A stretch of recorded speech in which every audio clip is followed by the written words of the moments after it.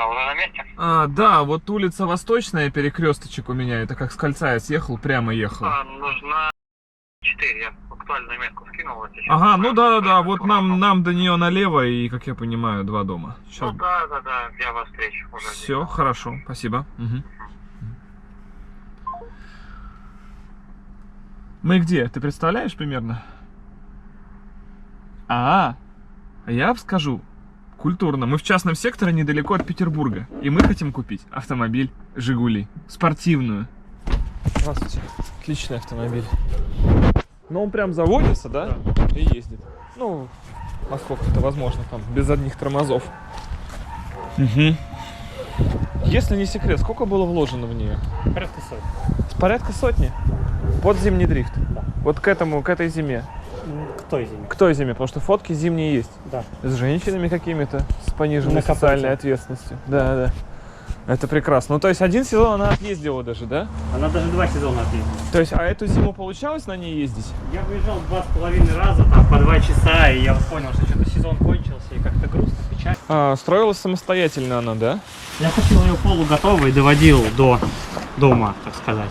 До ума. По мелочи датчики, крепления, сиденья, ремни, вот такие вот вещи. Но сразу есть вопрос, который будет очевиден только уже в следующей серии про эту машину. Каркас предполагался? Нет. Нет. Нет. А какие доводы? Зимний дрифт, небольшие скорости, Ага. брустверы, отсутствие летних сложностей. По мотору, кроме паука, что еще делалось? Чип. Чип, то есть мозги шитые даже, да? Да. И Потому предполагаемая что- скорость на выходе 100... непонятно. Сколько? Непонятно. Едет и едет. Но мы сегодня узнаем. Зимой это. буксует. Зимой буксует. Это прекрасно. Вот это очаровательно. Я бы так же сделал. Это прям лучшая из всех Со затычек, спиночки которые можно было найти, да. Ну, то есть у нас просто паук и прошивка. Да, И 124-й И мотор, вот который... такой полунулевик, который уже вытащен. Ну да, я понял. Теперь уже абсолютный нулевик. И мотор от двенашки или десятки, 89, по-моему, да, заводских сил было. полуторалитровый. И 133 ньютон-метра крутящего момента. Я гуглил, честно, я не знал, сколько там стоки. Карабас сток, Сток перебран. Дифференциал заварен. блокировка типа электрод. Типа электрод. Мгм. Жирный электрод. И не хватает одних тормозов здесь. слева сзади. Они сняты, лежат сзади. Нужно посмотреть. Трубка обрезана. Нет, не обрезан. По сухому мы будем немножко страдать, да? Мне интересно, что А если по мокрому мы же зальем? по На мокрому, да. На культуре в этом и прикол, что там можно залить площадку. Но я верю в эту крошку. Мне кажется, что все будет здорово. На 69 тысяч и, собственно, документы в наличии, и мы сможем ее сейчас электро забрать, да? Шикос. Мне нравятся такие сделки. Погнали. Тем временем, в желании сэкономить, люди покупают не только уже построенные корчи, это реально дешевле, но также и пользуются в интернете такой услугой, которая называется кэшбэк. Я думаю, многие из вас знают такой кэшбэк-сервис, к примеру, называется Letyshops. Но нужно заметить, справедливости ради, раньше Letyshops, ну вот у него был маленький. Кто-то с этим жил, кто-то пользовался, кто-то просто устраивал, люди терпели, да? Но действительно он был маленький, но теперь у Letyshops стал большой, причем не просто большой, а самый большой кэшбэк, и это официально. Называется он горящий кэшбэк. Это, знаете, как горящие путевки, которые очень по выгодным предложениям, вкусные, классные, нужно брать, но прямо сейчас их немного. Также и кэшбэк. Он увеличенный, достигает 30%, но количество его активации ограничено. Например, сейчас действует горящий кэшбэк на ваш любимый AliExpress. Вместо обычного 5% горящий кэшбэк может достигать 25%, но всего 1000 активаций. Кстати, за каждый кэшбэк с AliExpress с 17 по 31 августа вы получаете билеты и участвуете в розыгрыше. 100 призовых мест по $100 и одно на $1000. Чем больше билетов, тем больше шанс выиграть. И круто здесь особенно то, что с Letyshops сотрудничает уже несколько тысяч магазинов, и у каждого из них есть свои горячие предложения, поэтому рекомендую заходить вам каждый день на Letyshops и проверять, где же именно сейчас есть горящий кэшбэк. Проходите по ссылкам в описании и используйте эту супер опцию прямо сейчас.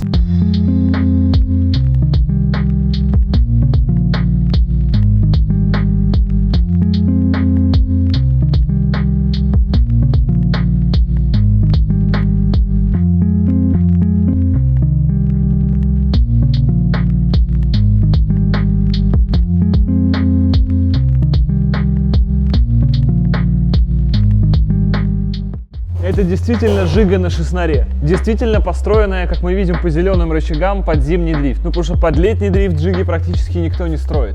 В итоге, что мы имеем? 124-й шестнарь на Пауке на нулевике с прошивкой, с прогнозируемой мощностью 120 лошадей, это мы узнаем чуть позже на стенде. Гидропалка стоит и отсутствует механизм, внутренний механизм левых задних тормозов. Вообще там внутри ничего нет, ни цилиндра, ни колодок, вообще ничего. Сейчас задача все это обратно поставить. Блокировка типа электрод. Кустомный выхлоп, все очень кустомное в этой машине. И все это нам стоило действительно 69 тысяч рублей. И как вы только что поняли, оно самостоятельно вполне себе бодро едет. Осталось взять и отдохнуть. Погнали!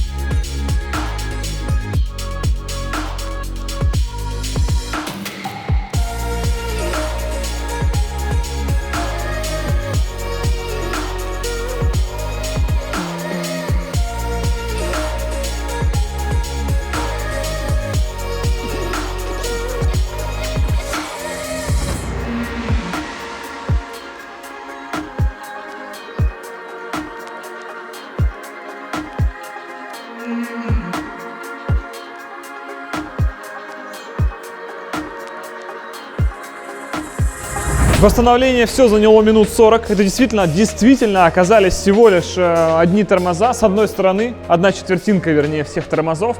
И практически все, больше с машиной делать ничего не надо. Дальше. Мощность, лаборатория скорости, стенд. Очень интересно, сколько же выдает шестнарь на чипе, на Пауке, на нулевике. Мои предположения, что на колесах в итоге мы получим типа 60 сил и 70 момента. С завода, напоминаю, здесь было 89 лошадей и 133 момента. Что-то добавил, что-то убавил, возраст туда-сюда, погрешности на трансмиссию, на мост и так далее. Ребята предполагают где-то 70 лошадей на колесах. По моменту даже неизвестно. В общем, очень интересно. Прямо очень интересно, как это все должно ехать. По ощущениям, едет она замечательно. Мне кажется, здесь мост типа двоечный стоит задний, потому что очень короткая первая. По-моему, за счет этого кажется, что момента прямо в ней классно. Но она неплохо раздает. Скажи, даже там попробовал, она не напрягаясь норовит завинтиться в пятак вообще. Пока что мне реально нравится эта тачка. Это удивительно.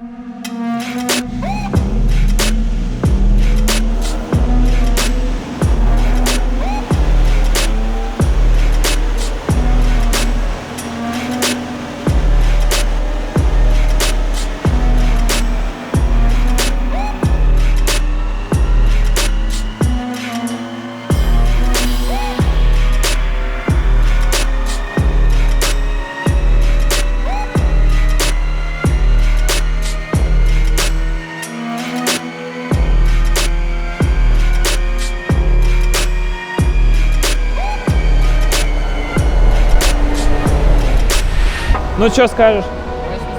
85. 85 два раза? Да. Блин, 85 колесных.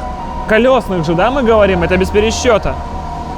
85 колесных. Погрешность на трансмиссии у нас 15-20%. Давай возьмем типа 17, да? 85 колесных плюс 17%. 99 лошадей. Это царь Жига просто. У нас 100 сильная классика. 100. Конечно, понятно, что расчетные были 120, но и сток 89. Как бы паучок-то с нулевиком привозят, братишка. Январевские мозги и чип. Плюс как она льет, понятно, что да, можно настроить. Черный дым из трубы такой, что понятно, в любом случае там что-то не так. Но даже при этом у нас есть 100 сил, как это отличается от Ижа, да, который мы купили. И он вообще был прямо... Это лучше стока. Короче, самое интересное, мы не знаем, что это такое. Если бы мы знали, что это такое, в общем, ну там какая-то прошивка, январь 5.1, и машина фактически выдает 100 сил со шкива. Тут реально многие такие стоят, и типа... Вот это, похоже, царь Жига, то есть 100 сил на тонну, поскольку машина весит около тонны. Это очень неплохая энерговооруженность, это больше, чем у тебя, дружок. Почти больше, чем у тебя. Очень неплохо, это удивительно, за 69 тысяч рублей. Наверное, первый раз в истории дешево, когда мы за такие деньги получаем технически исправные автомобили. Это очень сложно говорить, глядя вот на то, что стоит за мной, но тем не менее мотор, коробка и мост там в наличии. Неудивительно, что у тебя рвало полуось. Тачка-то может. А момента сколько? 122 на колесах. То есть это точно больше, чем сток, потому что сток 133 с завода. Блин, очень неплохо, очень неплохо. Значит, сейчас можно спокойно, тормоза есть, мотор есть, заварка, ну, блокировка типа есть, надо ехать и дрифтить, ребята, это идеально. Надо только сказать обязательно отдельное спасибо лаборатории скорости, потому что нас не просто замерили, нам дали даже подменные колеса, на которых мы сюда заехали, потому что, ну, машина все-таки для зимнего дрифта, и на ней в стоке была зима, как вы видели в начале. А у нас сейчас стоят такие нарядненькие дисули, к сожалению, их придется отдать. Ну что поделать, что поделать. Однажды разбогатеем, может, тоже поставим. Пока что спасибо лаборатории скорости, не забываем, что ссылки будут в описании. Лучший сервис, мы едем дрифтить. Итак, смотрите, какой интересный феномен возник, по крайней мере, в Петербурге, действительно, начиная уже с середины этой зимы. То есть раньше купить настолько подготовленную, сделанную машину, и не надо сейчас бухтеть, что нету кузова, что она гнилая, на самом деле было все равно очень сложно. Действительно, построить машину, только с учетом, что там будет хороший кузов, на такой конфиг может стоить 200 тысяч рублей спокойно. На самом деле спокойно, потому что то да сё, короче, ты покупаешь, красишь, наклеиваешь, время. И этих машин, построенных, которые стоят 200-250 тысяч в продаже, ну только с хорошими кузовами, их, естественно, много. Если мы убираем этот хороший кузов и получаем то, что есть, все равно вложений по факту получается не меньше сотки. Как ни крути. Шеснарь, сам купить шеснарь, поставить шеснарь, опять же прошить, гидропалка, ковш, наклейки, как бы это смешно не было, но наклейки тоже стоят каких-то денег. Колеса, проставочки, резина одна, вторая и так далее. Это все, ребят, неспроста. Тот же нулевик, вот знаете, вот, оно все стоит вроде муку, но это все надо покупать. И все это надо делать, и все это занимает время. Поэтому в итоге зимы-то не было. И на самом деле расстройство людей, кто покупает такие машины, не имеет никаких границ. Мы уже много это обсуждали в предыдущих видосах. И эти машины всю эту зиму у многих людей стояли. То есть это выезжало там несколько раз. Есть люди, которые не выезжали ни разу. Кто-то пробовал выезжать по такому, по сухому, как сейчас. Это не получается. Это страдание даже для такого крепкого 100-сильного мотора. В итоге машины стоят, и получается это законсервированные деньги, на которые можно просто жить, отдохнуть, чувствовать себя классно, потому что какие-никакие, грубо говоря, от 1000. И эти машины поступают в продажу. Но вопрос, кому они в этой продаже нужны? Не понимающий человек, который не в теме, он боится корчей. Для него это страшная убийца на дороге, на которых есть какие-то малолетки, отморозки. Но это далеко не всегда так. Люди просто покупают Жигу под зимний дрифт. Это не Жига, это не преступление. Я уже много раз это говорил. И в итоге продать их действительно сложновато. Вот сколько эта машина продавалась? Год продавалась? Серьезно? Ну так это... Вот именно, это была перманентная продажа, просто почему бы и нет, да? И цена изначально была... Такая же? То есть просто вот она продается количество звонков. 4 звонка за год? Это не назвать ураганными продажами, господа. А кто-то приезжал, смотрел? Да. И критика была какая-то? Что-то другое купили и все. Угу. Ну, в общем, непонятно, видите, рынок настолько узкий всего это, и зачем летом покупать Жигу под зиму построенную? Да незачем, когда люди озадачиваются тем, что им нужна Жига под зиму. Зимой в натуре срочно покупаем, строим, все, едем. В итоге и именно в этом году и получилось, что можно купить. На самом деле это довольно выгодное предложение. Вот вы сейчас смотрите все на этот видос и думаете: Костя, ты купил какую-то древнюю помойку. Ну хорошо, попробуйте сделать такую же помойку и попробуйте перевести ваш труд в деньги. У вас все равно получится 100 тысяч. Вот это реально прикол. Ну Жигу вы нарулите за 15-ку, за 20-ку. Еще с документами, заметьте, она на доках. Если не считать 12.5.1, ее практически не отберут. То есть на эвакуаторе она может перемещаться законно, все сопутствующие документы. То да сё, и, ну, ребят, 100. а мы купили за 69. И в итоге получается, что у чего бы мы ни стояли, это действительно хорошее предложение. Плюс оно уже сделано. Это тот редкий случай, когда можно сесть на «Жигули» и поехать. Мы сейчас не страдаем и не строим все это годами. Вот такая, ребята, ода сложившейся ситуации. Опять же, аккум перенесен в багажник, а там бензонасос сзади стоит. Ну вот вся вот эта вот мука. Как я понимаю, чек выведен на лампочку подсоса, да, желтый? Нет. Или это не чек? А почему он иногда горит? И зачем? Короче, никто не знает. Но, тем не менее, осталось в нашей ситуации проверить, что? Насколько она будет страдать по сухому, в этом никто не сомневается. Такие машины всегда страдают по сухому, именно поэтому я строил Омегу. И вот потом, как она поедет по мокрому. Но главное, мы все равно победили. Вот это понятно, что в случае, когда ты стоишь у машины за 69 тысяч, которая прямо сейчас бодренько норовит ехать бочком. По крайней мере, первый один поворот. Дешевле не найти невозможно. Поэтому вот люди строят что-то на GZ за 300, у тракториста, долго мучаются, как я, с этой Омегой. Но это реально дорого, 69 рубасов. И ребята уже с камерами начинают немножечко опасаться и отходить в сторону укрытия. Завелся, воткнул первый, мы даже ее не заправляли, бензин в подарок. Все, просто под ключ. Смотри. Там едет какая-то кредитная тачка, поэтому надо ее догнать.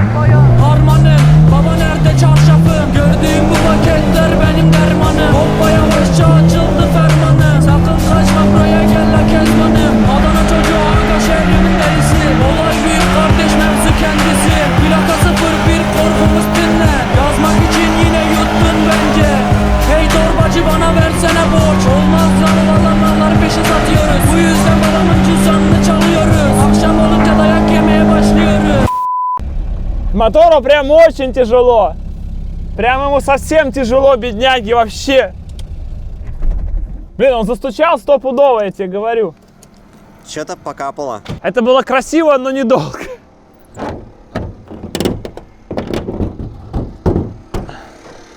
Да, вот масло. Откуда оно? Он прямо ручьем здесь льется маслом. Даже сейчас видно, как оно туда на асфальт отсюда капает. И именно отсюда по рычагу на лонж. Откуда оно отсюда попадает? Здесь ничего нет. Из-под головы. Вот вентиляция картера. Пошла синяя трубка. И это она. Эта вентиляция картера сплевывает масло с такой скоростью, что оно льется на асфальт. Серьезно? Вот эта трубка. И вот эта вентиляшка. Когда даешь оборотов, прямо вот так. Но с другой стороны, окей, у нас есть доливочка. Ну, как-то так, на всякий случай. Литрушка лишней не будет, как говорится.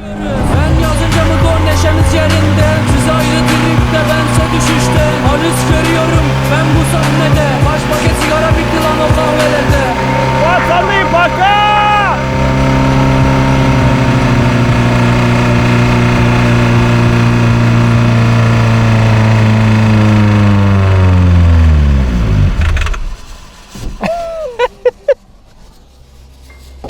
А, дым половину шел из-под капота, половину из-под колеса. Короче, но главное, смотри, паук есть, мозги есть, просто нужен шеснарь. Его можно поменять и поехать дальше. Шеснарь стоит рублей 10. Блин, обидно, что она была такая крутая. А мы хотели съездить на культуру заноса. Конфиг бы она не прошла. Потому что жиги должны дрифтить по мокрому. По мокрому не было бы проблем, потому что как она отдавала все свои 100 сил по сухому и шла. Красиво. Теперь можно даже ближе подойти, уже дым остывает.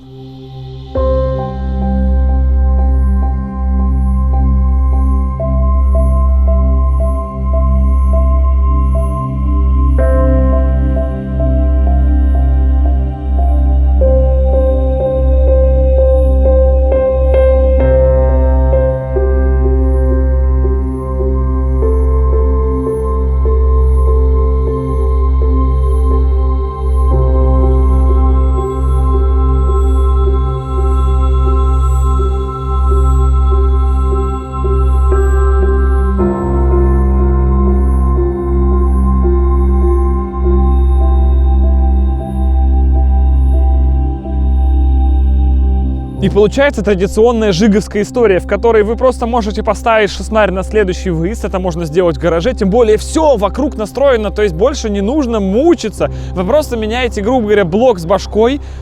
Может, даже вы можете откапиталить это все, и тогда это проживет еще какое-то время. Очень бодро по лошадям. Я уверен, что если вы поменяете только железо, эти же самые около 100 лошадей останутся. Выворот есть, чуть-чуть спереди тормозами пошаманить. В общем, вот это вот вечное, это заводческое. Все остальное навскидку даже держит. Даже полуоси выдержали, что на самом деле прикольно.